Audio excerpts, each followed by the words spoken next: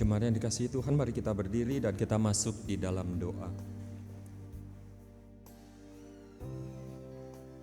Tuhan Bapa kami dalam surga, seperti lagu yang kami nyanyikan, itulah yang menjadi kerinduan kami ya Tuhan, terlebih di saat ini ketika kami beribadah kepada Tuhan dan bersekutu dengan saudara-saudara seiman kami.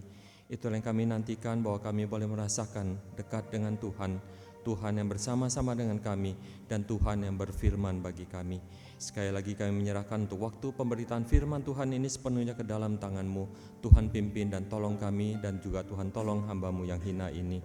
Hanya di dalam nama Tuhan Yesus kami berdoa. Amin. Saudara, dengan tetap berdiri, mari kita memberikan salam damai kepada rekan di sebelah kiri, kanan, depan, dan belakang kita.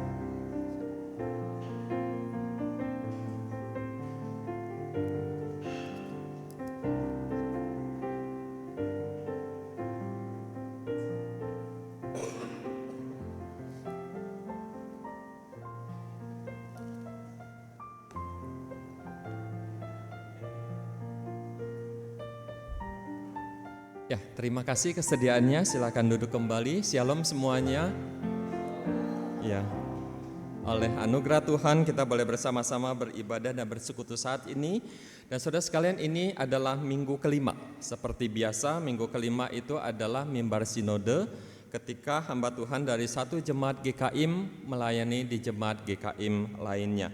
Dan saya bersyukur atas kebaikan Tuhan boleh berada di tengah-tengah GKIM Jemaat Saron. Ya, Bapak Ibu sekalian, tema hari ini adalah ketekunan dalam ibadah dan persekutuan.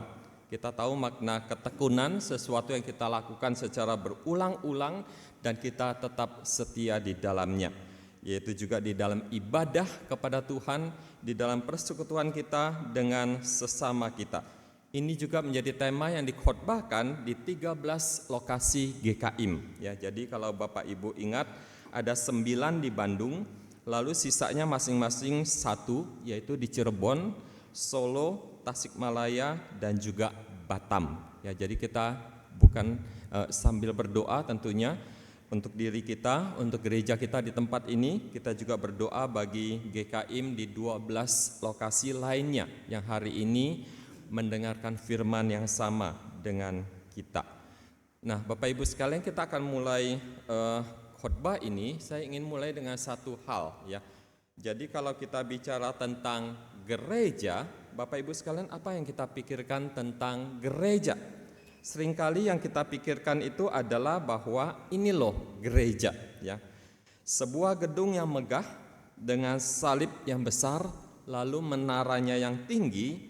Dan secara khusus bagian paling atas dari gedung Saron ini ada 3 tanduk yang menggambarkan Allah Tritunggal. Lalu diresmikan, entah Bapak Ibu ingat atau tidak, 17 Oktober 1985. Jadi hampir 40 tahun yang lalu. Dan saya masih simpan, saudara sekalian, fotokopi koran saat itu ya, yang memuat berita tentang peresmian sebuah gedung gereja yang paling megah yang ada di kota Cirebon ini. Tapi saudara sekalian, apakah betul ini gereja? Kita tahu ada anak-anak sekolah minggu yang punya lagu seperti ini ya. Jadi gereja itu sebenarnya bukanlah gedungnya, bukan juga menaranya. Bukalah pintunya, lihatlah di dalamnya, gereja adalah orangnya. Jadi ketika saya berkata saya mau ke gereja, bukan salah juga sih ya, tapi di dalam pemahaman saya mau ke gereja bukan bicara tentang gedung yang megah tadi, tapi bicara tentang kumpulan orang-orang anggota jemaat setempat yang beribadah dan bersekutu di dalamnya. Itulah gereja. Nah, saudara sekalian, kita melihat tampilan selanjutnya. Hal ini sesuai dengan apa yang dikatakan oleh Rasul Petrus. Ketika di dalam 1 Petrus 2 ayat 9, Rasul Petrus mengungkapkan gereja itu adalah orang-orang yang telah dipanggil keluar dari kegelapan kepada terang. Ya, jadi sekali lagi inilah gambaran gereja atau eklesia. Yang kita tahu di dalam pelajaran ada ya, kata eklesia itu kemudian menjadi kata igreja di dalam bahasa Portugis. lalu kemudian menjadi kata gereja di dalam bahasa Indonesia. Sekali lagi, gereja bukan gedungnya, gereja adalah orang-orangnya. Lalu apakah gereja itu hanya ada di Perjanjian Baru saja? Tentunya tidak, ya, karena kembali kepada definisi, gereja itu adalah orang-orangnya.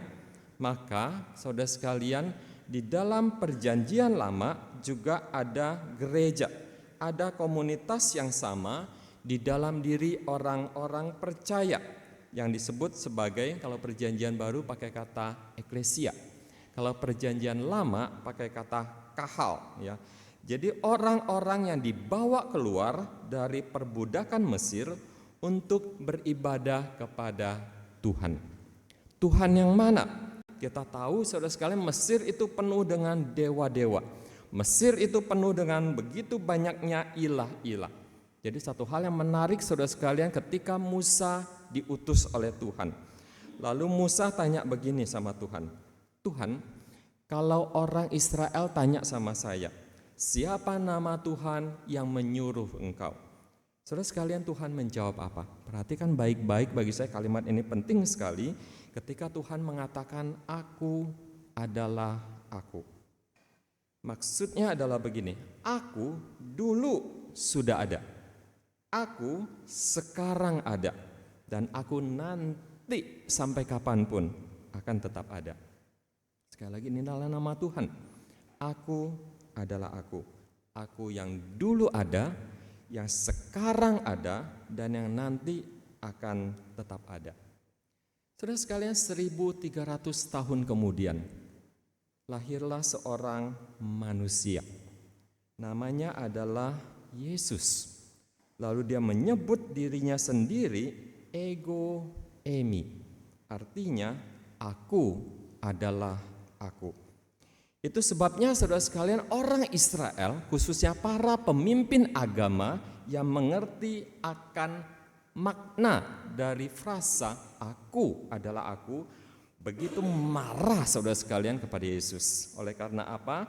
Oleh karena Yesus mengklaim dirinya bukan hanya sekarang saya ini ada, tapi dulu saya sudah ada, dan yang akan datang itu tetap ada. Tuhan Yesus mengklaim dirinya, saudara sekalian, sebagai Allah Israel yang 1300 tahun lampau memerintahkan Musa untuk membawa umat Israel keluar dari Mesir untuk beribadah kepada Allah. Saudara, di dalam kebaktian hari ini saya akan putarkan beberapa klip. Kita akan melihat saudara sekalian klip yang pertama, ya, untuk mengetahui ibadah seperti apa yang dimaksudkan ketika Allah Israel berfirman kepada Musa, bawalah umatku untuk keluar dari perbudakan Mesir ini untuk beribadah kepada Allah. Saudara sekalian, ini memang kita harus mengakui namanya video, saudara sekalian, ya, imajinasi manusia dibantu dengan teknologi canggih yang disebut sebagai AI. Namun saya percaya di dalam segala keterbatasannya, video-video ini penting untuk membantu kita memahami lebih baik ibadah-ibadah yang dimaksudkan. Saudara, kita akan melihat dua video. Yang pertama itu adalah ibadah di kemah suci Musa. Kita tahu, ya, ketika bangsa Israel di padang gurun, mereka beribadah kepada Allah di kemah. Lalu kemudian ketika bangsa Israel memasuki kota Yerusalem, mereka kemudian beribadah kepada Allah di bait suci yang dibuat oleh Salomo. Kita akan bersama-sama melihat video yang pertama.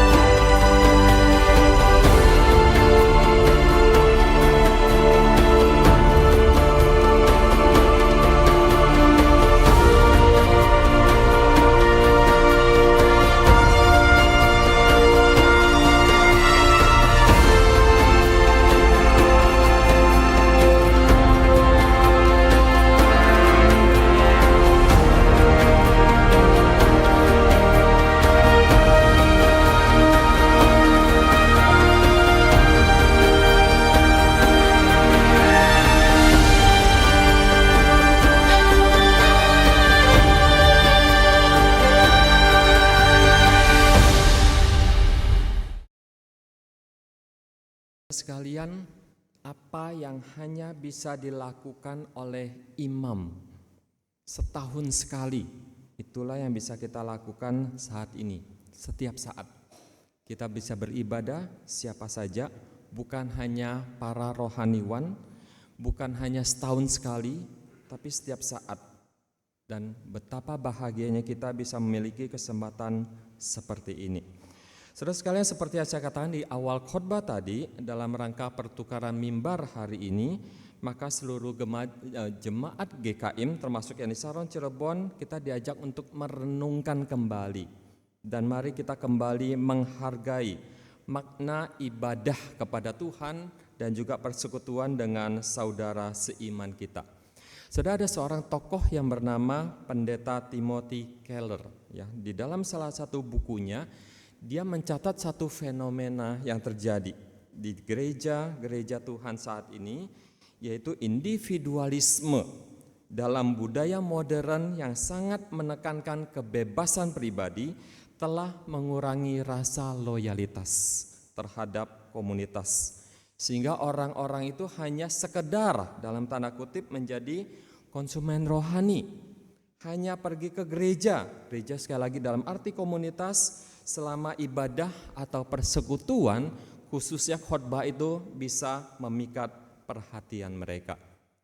Padahal saudara sekalian, kita tahu Alkitab mengajarkan bahwa gereja, yaitu komunitas orang beriman, adalah orang-orang yang Tuhan panggil untuk hidup bersama sebagai satu keluarga rohani, di mana setiap orang percaya kita dipanggil untuk bersama-sama bertumbuh di dalam iman, kita saling mendukung dan melayani satu sama lain. Namun saudara sekalian, memang sikap yang kurang tepat terhadap ibadah dan juga persekutuan ini bukanlah hal yang baru. Jemaat mula-mula pun menghadapi tantangan besar dalam kehidupan mereka ketika menjalani ibadah dan persekutuan di zaman mereka. Kita akan bersama-sama melihat saudara sekalian kitab Ibrani pasal 10 ayat 19 sampai 25. Ini yang menjadi nasihat dari penulis kitab Ibrani kepada orang-orang Ibrani pada zaman itu, dan tentunya ini juga yang menjadi nasihat bagi kita semua. Sedikit latar belakang bahwa orang-orang Ibrani saat itu hidup di bawah tekanan masyarakat dan mereka menghadapi tantangan untuk meninggalkan imannya.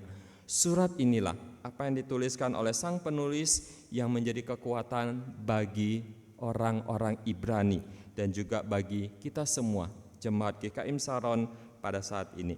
Ibrani pasal 10 ayat 19 sampai ayatnya yang ke-25. Saudara, saya membacakan dari Lembaga Alkitab Indonesia terjemahan baru yang kedua. Ada beberapa kata yang sedikit berbeda, tetapi intinya sama. Ibrani 10 ayat 19 sampai 25, beginilah firman Tuhan. Jadi saudara-saudara, kita sekarang dengan penuh keberanian dapat masuk ke dalam tempat kudus oleh darah Yesus. Karena ia telah membuka jalan yang baru dan yang hidup bagi kita melalui tabir, yaitu dirinya sendiri. Dan kita mempunyai seorang imam agung sebagai kepala rumah Allah. Karena itu marilah kita datang beribadah dengan hati yang tulus ikhlas dan keyakinan iman yang teguh. Karena hati kita telah dibersihkan dari hati nurani yang jahat, dan tubuh kita telah dibasuh dengan air yang murni. Marilah kita berpegang teguh pada pengakuan tentang pengharapan kita, sebab ia yang menjanjikannya setia. Marilah kita saling memperhatikan supaya kita saling mendorong dalam kasih dan dalam perbuatan baik. Ayat ke-25, janganlah kita menjauhkan diri dari pertemuan-pertemuan ibadah kita seperti yang dibiasakan oleh beberapa orang. Tetapi marilah kita saling menasihati, terlebih lagi sementara kamu melihat hari Tuhan mendekat. Sampai di sana pembacaan Alkitab kita. Saudara, ada dua hal poin penting yang kita pelajari dari bagian ini. Nasihat dari penulis kitab Ibrani, yang pertama adalah supaya kita terus bertekun di dalam ibadah kepada Tuhan. Saudara sekalian, penulis kitab Ibrani ini mengingatkan hal yang penting tadi, yaitu bahwa melalui karya pengorbanan Tuhan Yesus kita memiliki akses kita memiliki jalan, kita memiliki kesempatan untuk beribadah kepada Allah. Seperti yang saya katakan tadi, ini adalah satu hal yang teramat sangat luar biasa. Kalau zaman dulu hanya imam besar satu-satunya yang punya akses untuk masuk ke ruang Maha Kudus. Tapi saat ini kita semua memiliki akses kepada Allah. Akses ini saudara sekalian diberikan kapan? Ketika Tuhan Yesus mengorbankan dirinya di atas kayu salib. Alkitab mencatat saat itulah tabir saudara sekalian atau tirai yang memisahkan antara ruang kudus dengan ruang Maha Kudus itu sobek dari atas sampai ke bawah. Saudara sedikit kembali kepada video tadi. Setelah umat Israel di zaman Musa beribadah di kemah suci, masih ingat ya video yang pertama tadi? Maka kemudian ketika bangsa Israel masuk ke tanah perjanjian sampai di Yerusalem, mereka membangun bait suci di sana seperti yang kita lihat videonya tadi, video kedua. Mungkin pertanyaan kita, kok tirainya tidak ada? Ya. Nah, saudara sekalian, tirai itu baru ada di bait suci yang kedua. Kenapa saya katakan yang kedua? Karena bait suci pertama yang dibangun oleh Salomo tadi, satu gedung yang begitu megah, saudara, tahun 586 sebelum Masehi, gedung itu dibakar, dihancurkan oleh tentara Babel. Satu gedung yang begitu megah yang menjadi kebanggaan bangsa Israel, lalu kemudian dibakar dan dihancurkan. Lalu kemudian di zaman Tuhan Yesus, Herodes Agung sebagai kaki tangan dari penjajah Romawi berusaha cari muka, berusaha menyenangkan bangsa Israel yang dijajah dengan cara dia membangun bait suci yang kedua, yang modelnya mirip dengan bait suci yang pertama, hanya ada satu tambahan, yaitu apa? Ada tirai yang memisahkan antara ruang kudus dengan ruang Maha Kudus.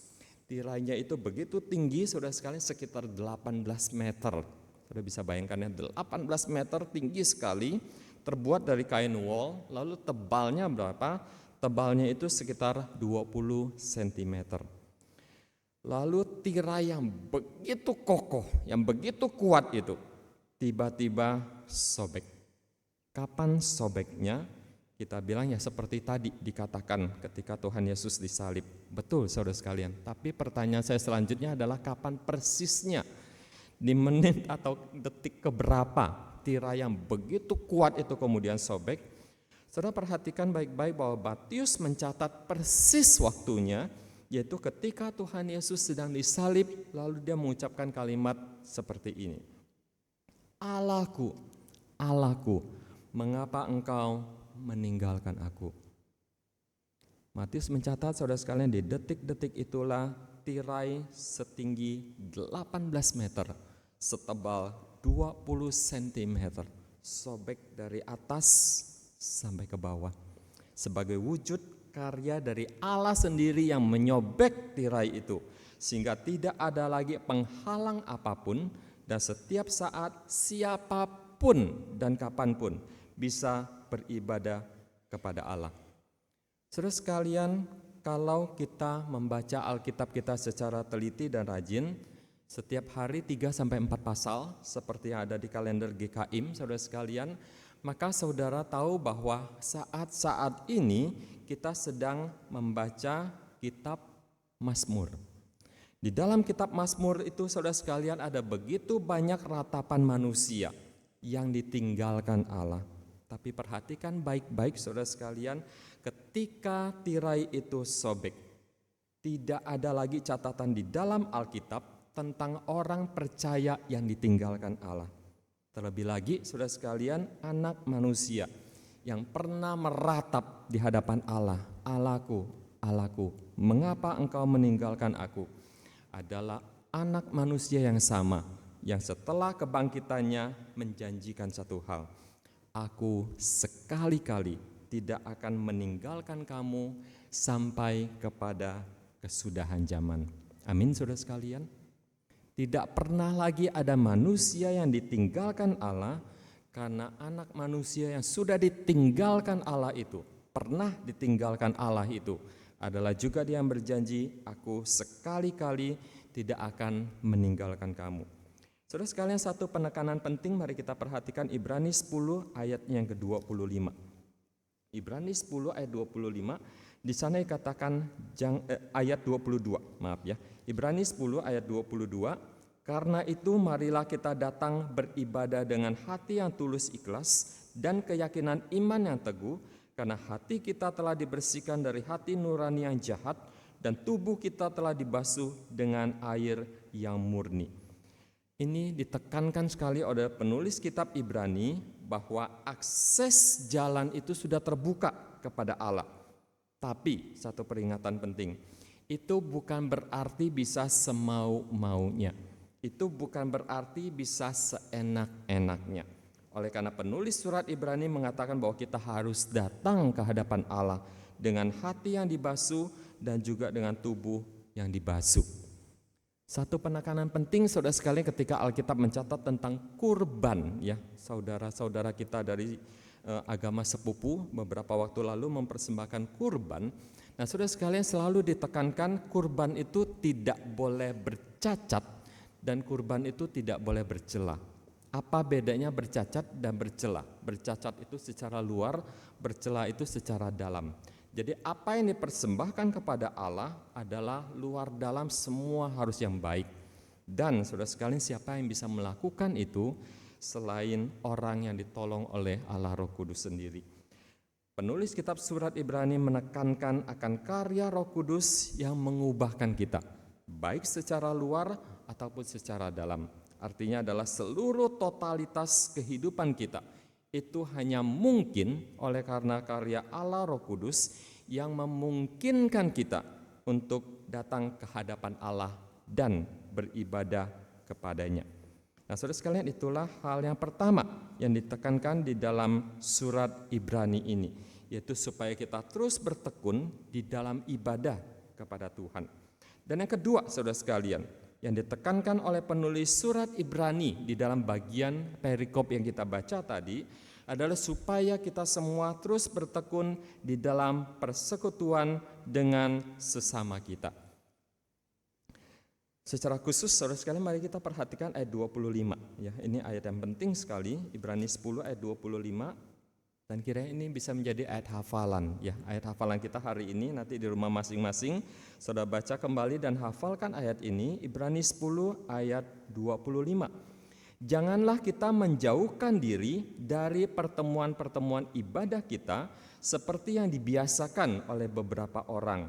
Tetapi marilah kita saling menasihati, terlebih lagi sementara kamu melihat hari Tuhan mendekat. Nah, saudara sekalian, tadi kita sudah lihat video yang pertama, ibadah di Kemah Suci Musa. Lalu juga ibadah di Bait Suci Salomo. Nah, sekarang ini saudara sekalian bukan video, tapi inilah yang kita alami sendiri, yang kita jalani sendiri secara khusus di GKIM Jemaat Saron ini. Saron didirikan saudara sekalian Oktober nanti. Gereja akan merayakan ulang tahunnya yang ke-43. Ada beberapa orang di antara kita yang sejak awal gereja berdiri ada sampai saat ini. Oleh karena mereka mencintai Tuhan dan mencintai gerejanya, tetap setia sampai saat ini.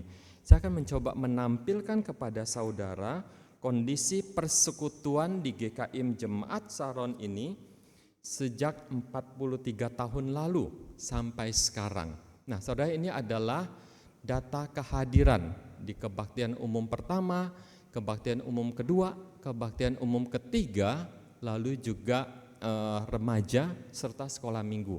Angkanya kecil-kecil saudara sekalian ya, nanti akan dibagikan melalui WA supaya saudara bisa memperhatikan kembali. Saudara, satu ringkasannya adalah begini.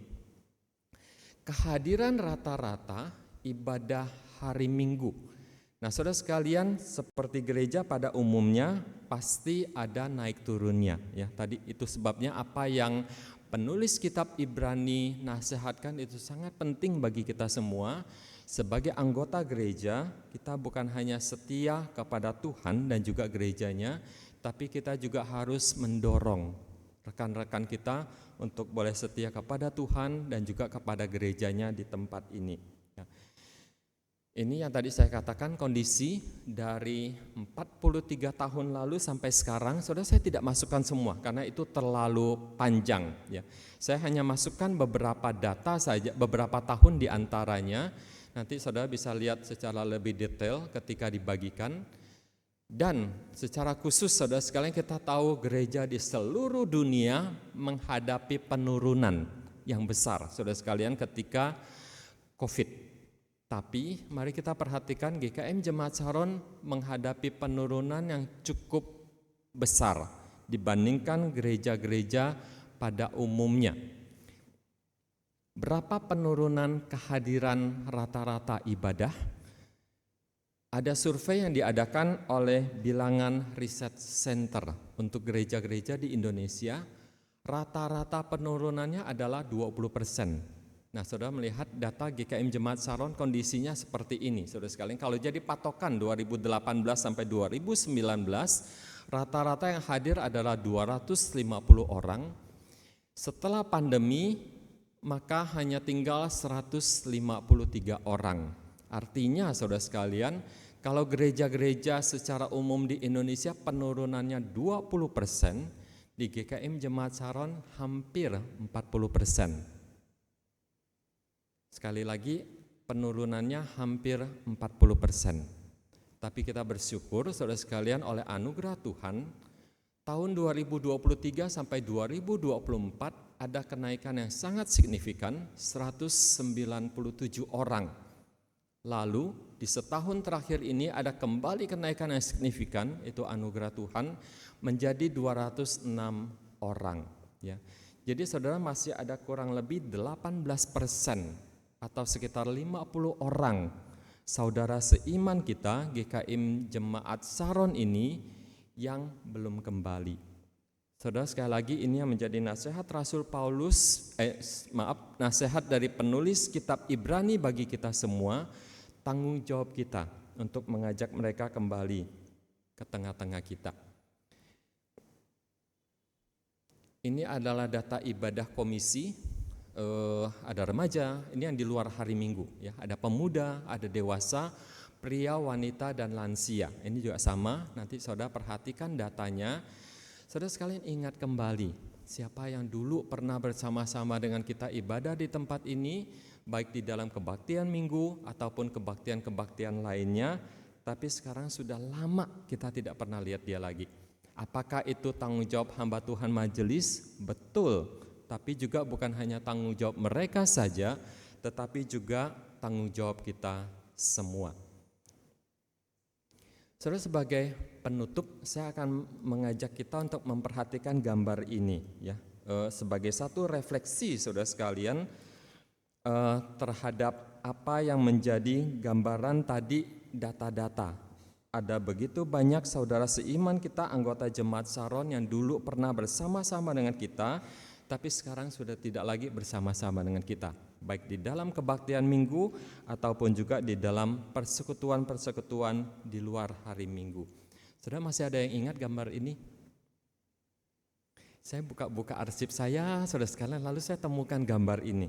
Ini adalah gambar yang saya tampilkan kepada saudara di tempat ini 9 tahun lalu. 9 tahun lalu, saudara sekalian, ya. Ini menggambarkan satu hal yang bagi saya menarik sekali, yaitu tentang angsa, ya. Angsa-angsa itu diceritakan kalau lagi terbang seperti ini, saudara sekalian, ya. Ketika musim gugur akan datang, angsa-angsa itu akan berkumpul lalu terbang bersama-sama ke arah selatan. Saudara, ini menggambarkan juga sebenarnya perjalanan iman kita. Ini menggambarkan juga ada gereja tertentu pakai istilah siarah rohani. Bagi saya bagus saudara sekalian istilah itu.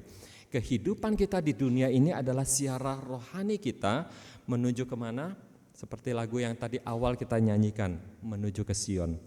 Ya. Menuju Sion, Yerusalem baru, ketika kita bertemu dengan Tuhan. Nah, saudara sekalian, inilah yang dilakukan oleh para angsa.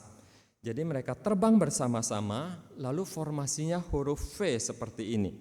Kenapa harus terbang formasi seperti ini? Angsa-angsa itu pintar, saudara sekalian, karena dengan formasi seperti ini mereka bisa terbang 71% lebih cepat dibandingkan dengan mereka terbang sendiri.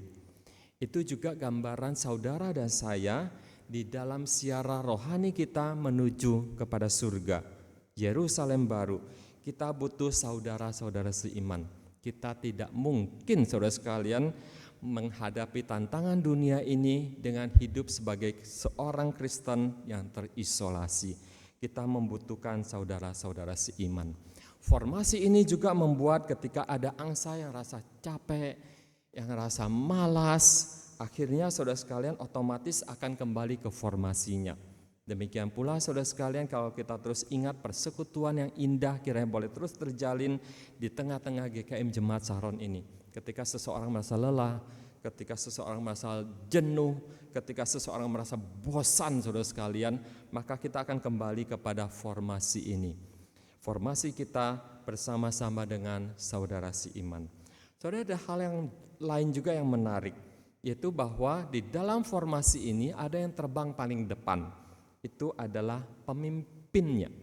Dan saudara sekalian, di dalam gereja ini kita mempunyai penatua, kita mempunyai diaken, kita mempunyai para penginjil, kita mempunyai juga pengurus bidang dan komisi dan sebagainya. Itulah para pemimpin kita.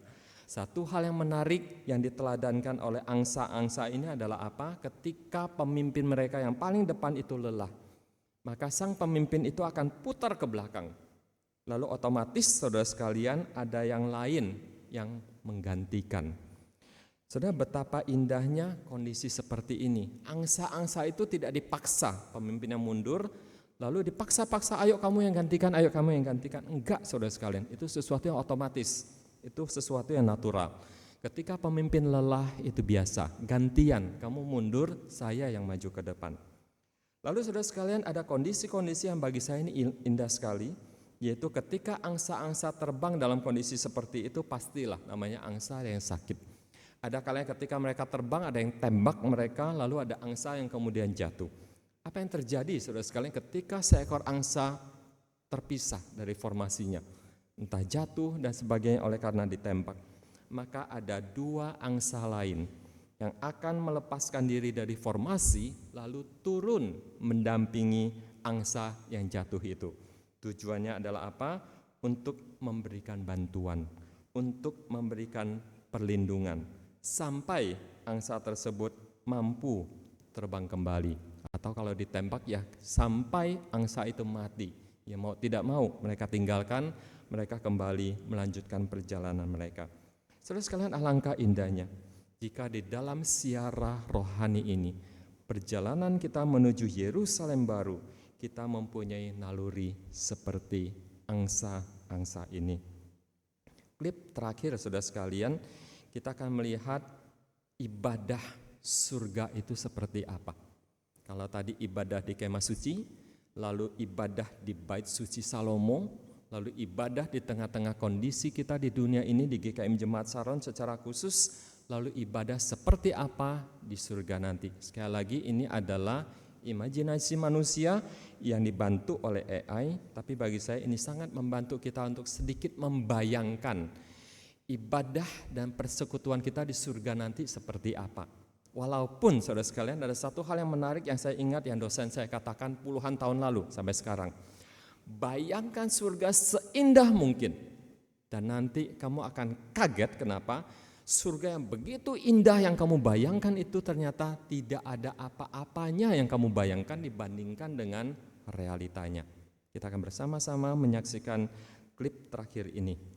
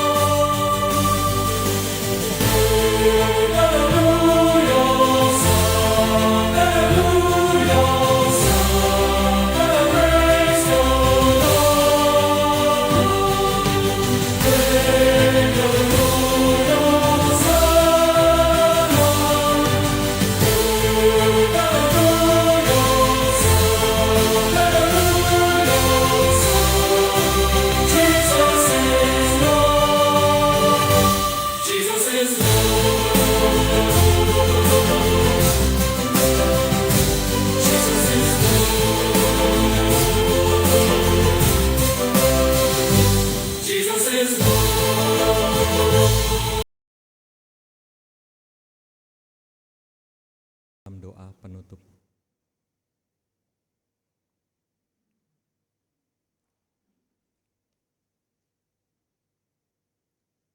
Kita berdoa. Cek 1, 2.